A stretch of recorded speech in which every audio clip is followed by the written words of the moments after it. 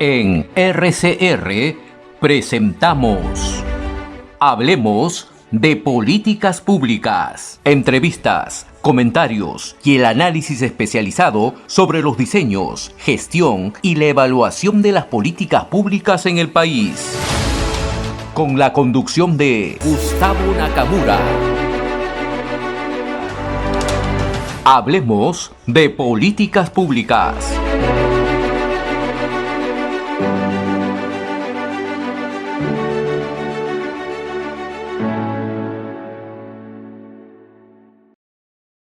Bien, regresamos queridos amigos a su programa Hablemos de Políticas Públicas y ya está con nosotros Miguel Ángel Ibarra. Él es politólogo, analista político y con larga experiencia en el Parlamento peruano.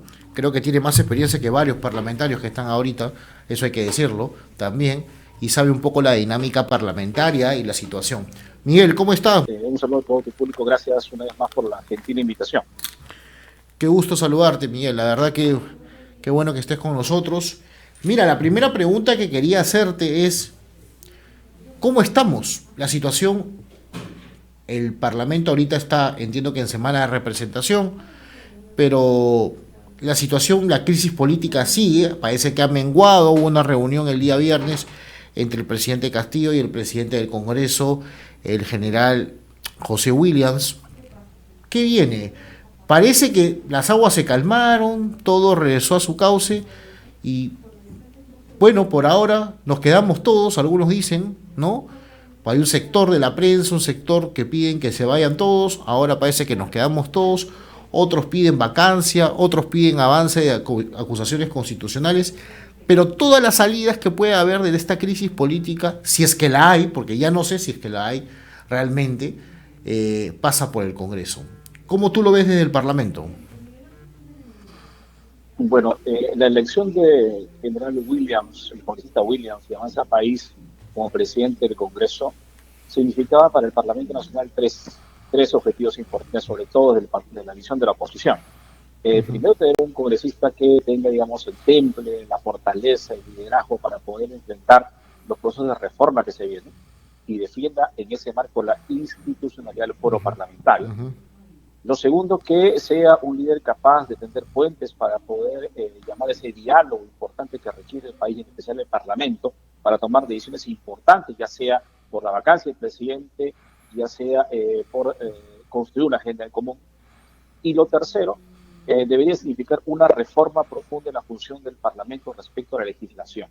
El día de mañana el Parlamento tiene una sesión solemne para celebrar el bicentenario de su fundación, fue el 20 de septiembre de 1922 con el primer Congreso Constituyente que tuvo el Perú a través de las primeras elecciones libres que tuvimos. Y mañana, digamos, es un día básicamente protocolar de celebración de los 200 años y lo que espera, pues, digamos, la población, los analistas del discurso presidencial del Congreso de la República, evidentemente, es que este discurso toque temas medulares para salir de la crisis política en la que está. Lo primero respecto al tema de que si va a haber o no vacancia presidencial, si habrá alternancia o no.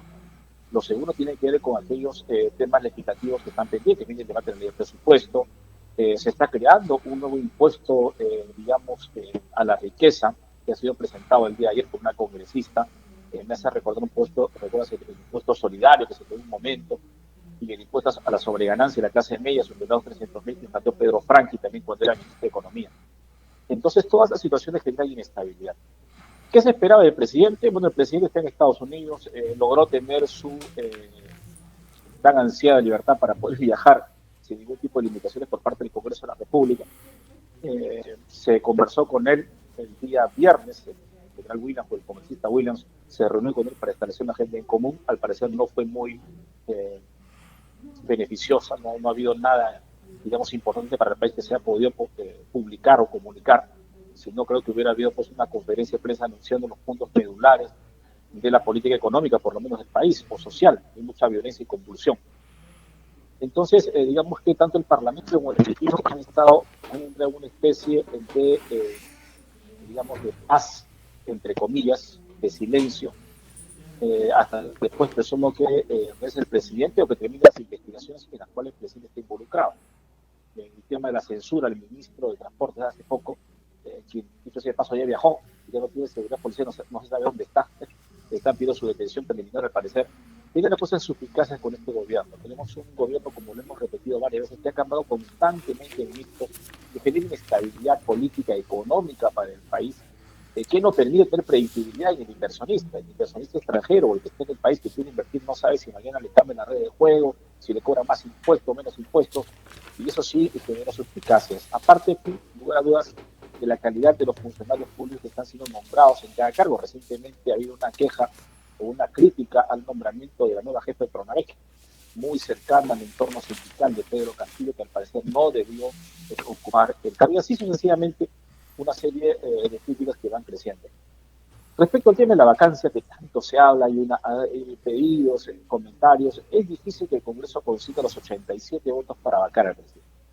Es un tema que indiscutiblemente no va a pasar, de tal forma que tendría que gran parte de los grupos de izquierda, entre comillas, socialistas que apoyan a Pedro Castillo, darle la espalda para poder convocar, digamos, a una nueva elección, que es lo que se pide también en el Congreso. Entonces, digamos que el Congreso por el momento está en ese stand-by. Se van a representación todavía la siguiente semana, del 26 al 30, en los cuales ellos van a lograr ir a sus regiones para, digamos, recibir las demandas ciudadanas, fiscalizar. Esta semana se espera actividades básicamente protocolares por el bicentenario del Congreso. Pero también creo yo que la población y el Congreso propio necesita, de alguna otra manera, algunos indicadores de gestión positiva. Necesitamos decir al país que no van a haber más leyes declarativas. Es un tema importante. Las leyes declarativas son medidas populistas que nunca se llegan a ejecutar, básicamente porque se declara interés nacional algo, pero no tienen impacto en alguna población y se pierde tiempo y dinero. Tratar de que el Parlamento andino, que hoy tenemos 5, desaparezca, digamos, en una elección directa y pasen esos 5 a ser representantes entre los 130, no gastemos tanto dinero en un Parlamento andino que no trae ningún beneficio al país. Hay que pagarle personal, hay que pagar sus gastos de representación, sus viajes, y entonces, para que no produzca ni una ley, porque el Parlamento no produce ni una sola ley, produce solamente recomendaciones. Digamos que es más como un periodo vacacional para un congresista que a costa del dinero del Estado se mantiene durante 5 años, ¿no? Sin producir absolutamente nada. Otro tema importante es la implementación del estatuto parlamentario, casualmente para generar la carrera pública en el Parlamento a través de la meritocracia, y no porque cuando llega un partido y recomienda gente, todos entran a trabajar. Y eso no debería ser así. Otro tema importante es el retorno a la bicameralidad. Entonces son varios temas que el presidente tiene que afrontar en este bicentenario. Así que el Parlamento va a cambiar, va a plantear mejoras, va a fortalecer la institución democrática tras 200 años de vigencia. Tiene que hablar evidentemente de reformas sustanciales, que tienen que ver con el tema de la transparencia, con el tema de la austeridad presupuestal, con el tema de evitar el trabajo insulso de las comisiones con leyes declarativas y otros temas más que son relevantes. Esa es más o menos la situación, cómo está el Parlamento, lo que esperamos algunos ciudadanos respecto al tema de lo que se tiene que trabajar. Como verás, no hay un consenso todavía, no se tienen puentes, no hay una agenda. Todos esperamos una agenda. ¿Cuál es la agenda del presidente o la propuesta para los demás grupos parlamentarios para trabajar en este proceso, digamos, de retorno a la confianza con la ciudadanía, de reconstrucción de la democracia? Es un tema que tampoco, digamos, el presidente ha planteado. Y yo creo que sería prudente que si el Ejecutivo no pone la agenda, el Legislativo ponga la agenda y determine cuáles son los puntos prioritarios que el país necesita abordar, ya sea por legislación o ya sea por ejecución de actividades presupuestarias o directas que le corresponden al Poder Ejecutivo. Ahora, Miguel, tú has tocado varios puntos que es sumamente importante, ¿no? Porque yo creo que hay que analizar, y si me permites, paso por paso, porque la ciudadanía entienda. Has hablado del Parlamento andino, creo que ahí coincidimos en el análisis, ¿no? En otros países los parlamentarios andinos en realidad están vinculados a la Cámara Alta o la Cámara Baja, como se dice, para representar y leyes, bueno, no hacen leyes, lo que hacen es actos declarativos, no es la Unión Europea, como pasa en la Unión Europea, donde sí reglamentan, y en Bruselas todos los parlamentarios que van, los europarlamentarios, legislan en base a la Comunidad Europea. Aquí no es así. Aquí la Comunidad Andina, señores, es tan latente que cuando ustedes van a Colombia, o tú has ido a Colombia, creo, Miguel, vas a Ecuador, vas a Chile o vas a Argentina, ya para ir un poco más allá, entras a otro país como extranjero como si estuvieras en el Perú. O sea, No es que entras a la comunidad andina o a la Mercosur y ya como pasa en Europa, ¿no? Una vez que uno pasa y pasa migraciones en Madrid o en París o en Ámsterdam, ya entró a la Unión Europea y después ya sus vuelos son como vuelos nacionales. Eso no se vive, o el tema tributario. Aquí es, en realidad, van a Bogotá para algunas cosas que mejor no digamos, ¿no? Porque podemos ofender. Tengo grandes amigos parlamentarios y no quiero ofenderlos, pero la verdad, poco o nada sirve. Pero tú has hablado de algo muy importante, dos cosas. Y el presidente del Congreso, Williams, ha dicho la salida de Castillo será o a través de una vacancia o a través de una acusación constitucional. La vacancia, todos lo sabemos, no hay votos. No hay los votos para la vacancia, salvo pase un terremoto, pero mira, la verdad, el único lugar donde ha habido un terremoto es ahorita en México, que lamentamos el terremoto que ha sucedido. No hay para eso. Eso hay que ser objetivos. Entonces, queda la acusación constitucional contra el presidente Castillo. ¿Tú crees que eso prospere? ¿Cómo ves los plazos para que eso llegue? ¿Y cómo ves esos plazos también por el caso de Dina Boluarte y la bicameralidad? Porque hay que recordar que la bicameralidad fue aprobada, pero no por mayoría que necesitaban los 87 votos, sino una aprobación por 70 y tanto y tiene que ir a un referéndum. Y ya conocemos los resultados del referéndum. Siempre la gente vota con el hígado. Hoy, claro ejemplo, la reforma política. ¿Por dónde crees que vayamos? ¿Qué es lo que viene primero? Bueno, a ver, está clarísimo que constitucionalmente, y bueno, a través del reglamento del Congreso, no se van a tener los 87 votos de los congresistas para plantear la vacancia. Eso está clarísimo. En cuanto a la acusación constitucional, la Comisión Permanente y en particular la Comisión de Acusaciones Constitucionales ha sido reformulada recientemente con la elección de la nueva Comisión Permanente, ¿no? Entonces hay situaciones ahí que ver si es que existe verdaderamente la voluntad para aprobar el informe, porque recuerda que cuando hay una acusación constitucional regulada por el artículo creo que 84, 89 del reglamento del Congreso, esta sigue un proceso, no es corto, hay que cumplir etapas en la cual se tiene que calificar la información, tiene derecho a la defensa, cuando termina la subcomisión de acusaciones constitucionales lo pasa a la permanente, cuando termina la permanente lo pasa al pleno, no vota la permanente, o sea, de 130 votan como 90 congresistas, y finalmente la mayoría de ellos, 2/3 de ellos, definen finalmente si hay o no pase para acusación constitucional. Estos tenemos ahora más o menos de diciembre, de pronto enero, dependiendo de los plazos que se tome la comisión para recibir el informe, porque recordemos que esta es una acusación básicamente política que tiene que ver con los actos del presidente que afectan la gobernabilidad del país. Pero también hay otro tema, ¿no? Por ejemplo, la Constitución establece 2 artículos para hablar de vacancia y suspensión. No, el artículo 113 está referido a la vacancia y está muy bien definido. Hay 3 causales o 4 para definirlo. Pero el artículo 113 de la Constitución habla de suspensión.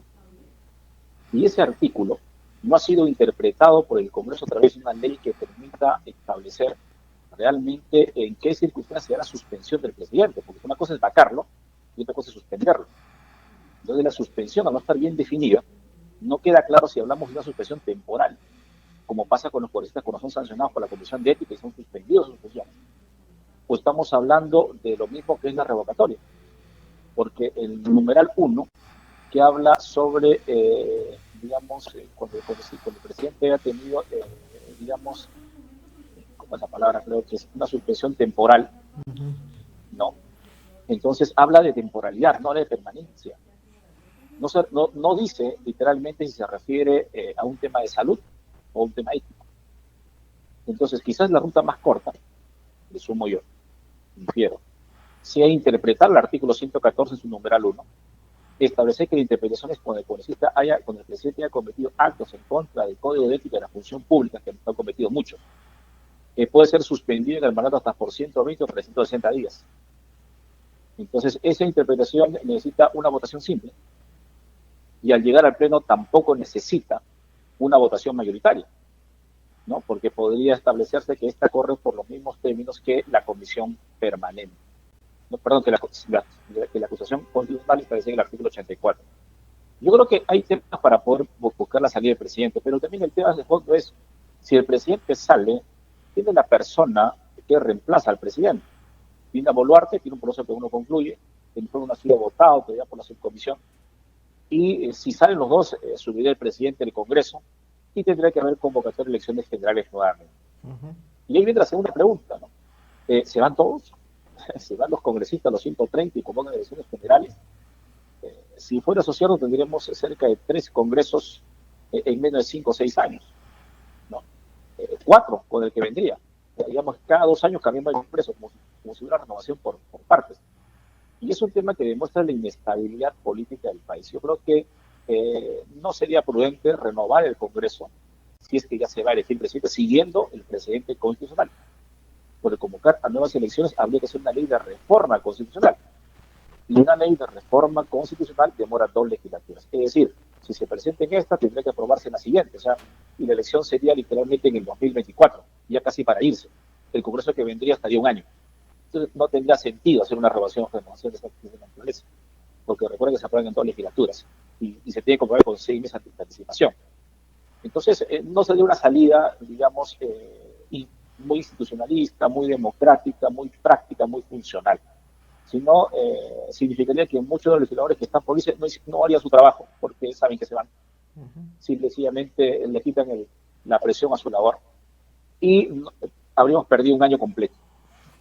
Yo creo que lo que toca es pensar fríamente en cómo va a ser el tema de o la suspensión o la vacancia del presidente. Y tratar de elegir un presidente pues, que esté a la altura de las circunstancias, que conozca mucho más de política pública, de política exterior, de reforma tributaria, y evitar que estas inestabilidades se mantengan. Ahora, Miguel, puntualmente y rápido, porque el tiempo nos ha ganado, es sí. ¿Cuánto tiempo se estima que va a demorar lo de la acusación del presidente Castillo y lo de la primera vicepresidenta Dina Boluarte? ¿Esto va a demorar 2 meses, 1 mes? ¿Cuánto es el tiempo máximo, haciendo que la gente va a querer que esto se alargue? Probablemente esto se va a alargar. ¿A cuánto crees tú que estamos llegando? ¿2 meses, 3 meses? Medio año, por lo menos. Medio año. O sea, estamos llegando a diciembre, en el mejor de los casos se sabrá esto. En el mejor de los casos, sí, porque ya estamos ahorita, fíjate, en septiembre, empezando octubre, empieza el debate de la ley de presupuesto.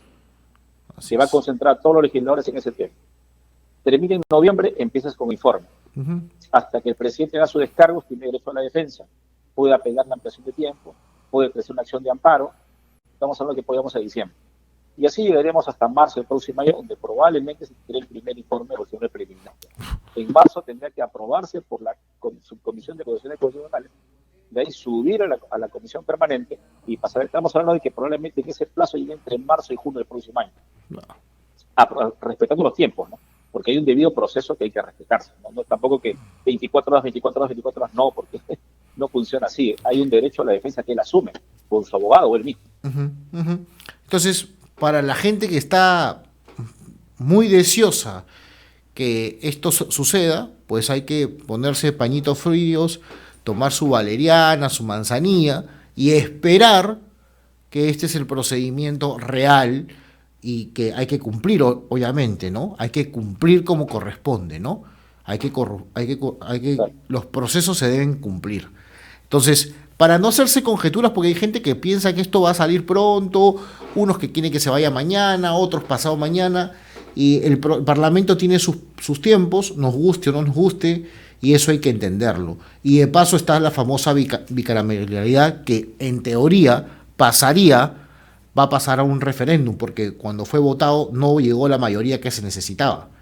Esto va a ser votado en un referéndum. Efectivamente. Ya. Le corresponde un referéndum. Entonces. Y ese referéndum podría ser el próximo año, porque este año no creo que sea.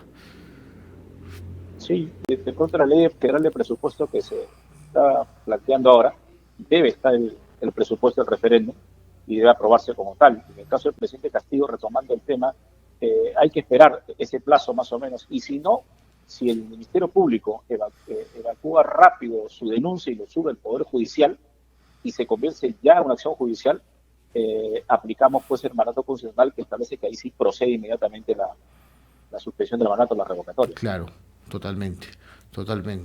Perfecto, Miguel, muchísimas gracias por siempre contigo nos queda el tiempo chico, siempre digo, porque hay que hacer docencia, no solamente dar una opinión política, que podemos darla, pero si no hay que hacer docencia y que la gente entienda los plazos, ¿no? Porque a veces hay mucha demagogia en esto, ¿no? Hay que leer bien los procedimientos, cómo van, y según eso, ser claro con la población. La crisis política va a seguir. Esperemos que no llegue a cauces mucho más dramáticos, pero la situación, esto no va a parar unos 6 a 1 año tranquilamente, salvo suceda una vacancia antes de este plazo. Pero si no, la situación va a seguir, la inestabilidad va a seguir, la incertidumbre empresarial va a seguir y por lo tanto la economía lamentablemente va a seguir paralizada, nos guste o no nos guste. Así que Miguel, muchísimas gracias, un fuerte abrazo y de todas maneras te llamamos por una próxima entrevista, como siempre, para hablar de estos temas y de otros, para hablar también qué va a pasar en las elecciones regionales, ¿no? Y explicar a las personas qué hace un gobierno regional y qué hace un gobierno local, porque también hay que hacer docencia en ello. Un fuerte abrazo, Miguel. Gracias, Gustavo, por la invitación. Un abrazo a todo tu público. Hemos presentado Hablemos de Políticas Públicas. Nos reencontramos en nuestra próxima edición.